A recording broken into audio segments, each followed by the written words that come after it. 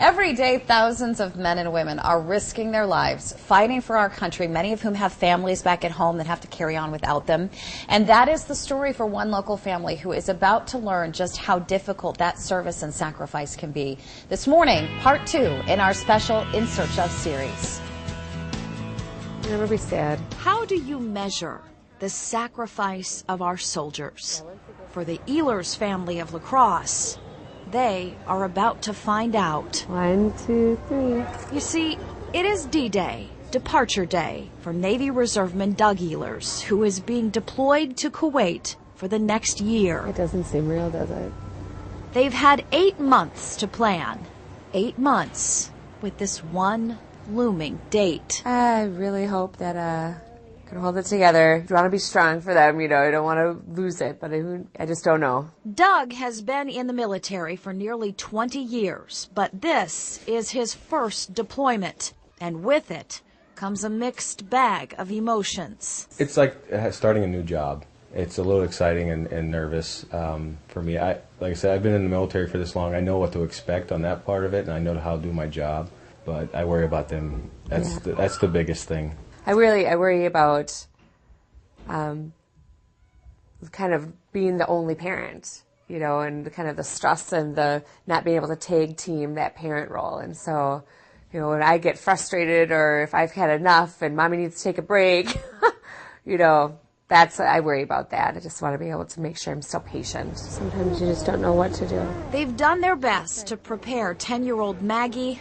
9-year-old Emma, and 7-year-old Gwenna for the road ahead. But on this day, it's so hard to understand why Daddy has to go away. It's okay to be sad. I'm going to be going downstairs and, because every night I go downstairs and say goodnight to Daddy and he's not going to be there. I think our youngest is going to become a lot more clingy, you know. She already has. Yes. Every time I need to go somewhere, it's don't leave me, you know. So I think that we're probably going to have a little of that separation anxiety with her. The older two, you know, it'll be interesting. I know they'll have their sad moments. I know that we'll deal with that. But I think they're going to kind of step it up. You know, they're talking about they're going to do dinner. Each of them are going to cook dinner one night a week, and they're going to do the laundry. And so, you know, maybe in the long run it will be some really good skills that they learn and some independence that they gain. Love you, girls. I love you too. I'm really gonna miss him. I can't say how much I love him. I really love him. We're going to stay positive and we're going to plan little things as we go. So every month we have something to look forward to. So that's my big plan. Like when Doug leaves, we're going to get a new kitten.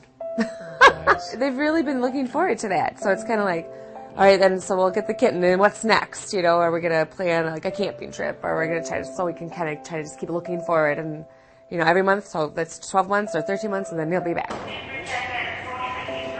Back at the airport, it's time for Doug to board.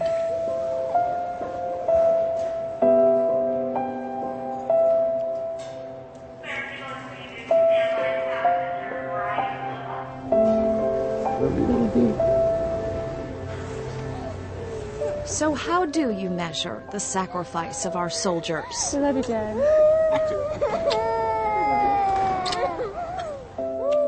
Perhaps it's in the faces of those being left behind. The ones who must now head home to face their new reality. It's okay, Will. Or maybe it's in the face of the soldier who's watching them walk away. The one who now heads off to war.